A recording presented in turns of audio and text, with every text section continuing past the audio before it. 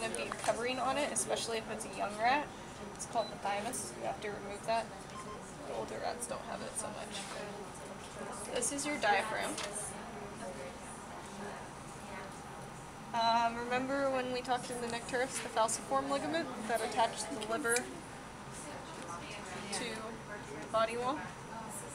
So that's your falciform ligament. You have your several lobes of the liver. Who wants to find me a gallbladder? Because there is none. There's no, that's a trick question. There's no gallbladder on a rat. Why do you think that is? No gallbladder. Because they only eat some stuff that doesn't need a gallbladder. What requires a gallbladder? What does the gallbladder do? It takes in bile, doesn't it? Or, no, something like that? It helps digest fatty things like meat eats from fat. Rat's supposed to be a vegetarian. Now, the ones in New York probably aren't anymore.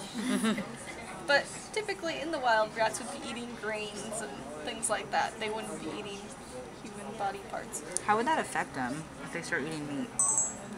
It's just very difficult for them to digest. So they'd probably get sick though. Yeah, They look like that in real life. Yeah, they would. No, they wouldn't be able to digest the fatty part, so they'd probably get things like diarrhea. Oh my god, that was a question on the practical for Bio 121 for the rat. Oh, Why don't they have a gallbladder? That's the only reason I knew, not because I'm smart. Okay, so You're smart because you know. yeah.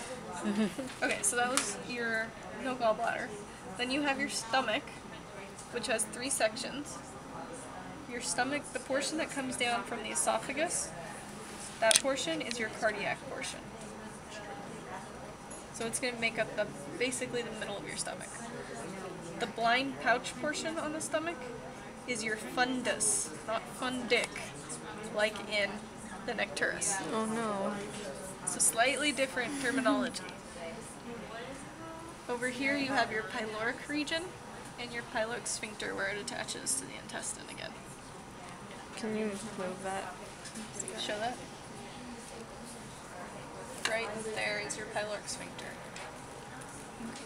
Where it pinches that.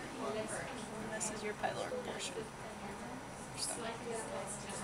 Okay, so again, in that first loop of duodenum, you have your pancreas, which is all of this stuff. What is it? Pancreas? It's always in the first loop of your intestine, so your first loop of your duodenum. You have your pancreas. And off to the side here, you have a spleen.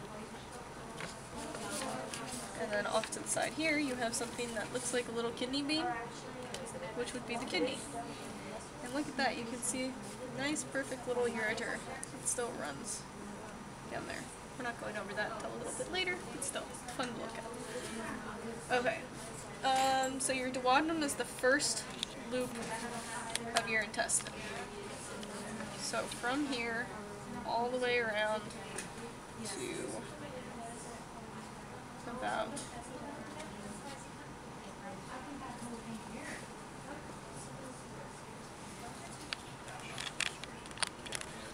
I already did them all, so. What do you mean? Do we right need there. more?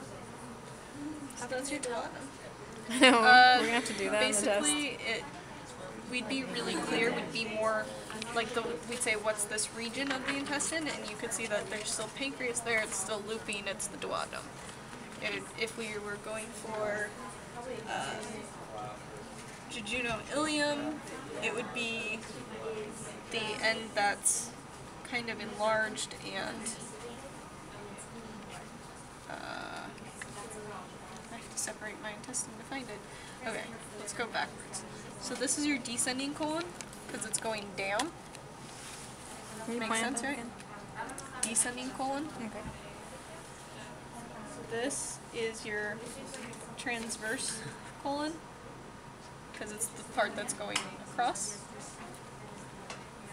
And normally it would be like this. This is your ascending colon, because it's going up. You kind of trace everything backward. And then at the end of your transverse colon,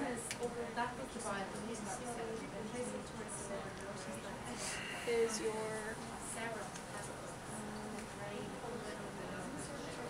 jejunum ileum, I believe. Let's see.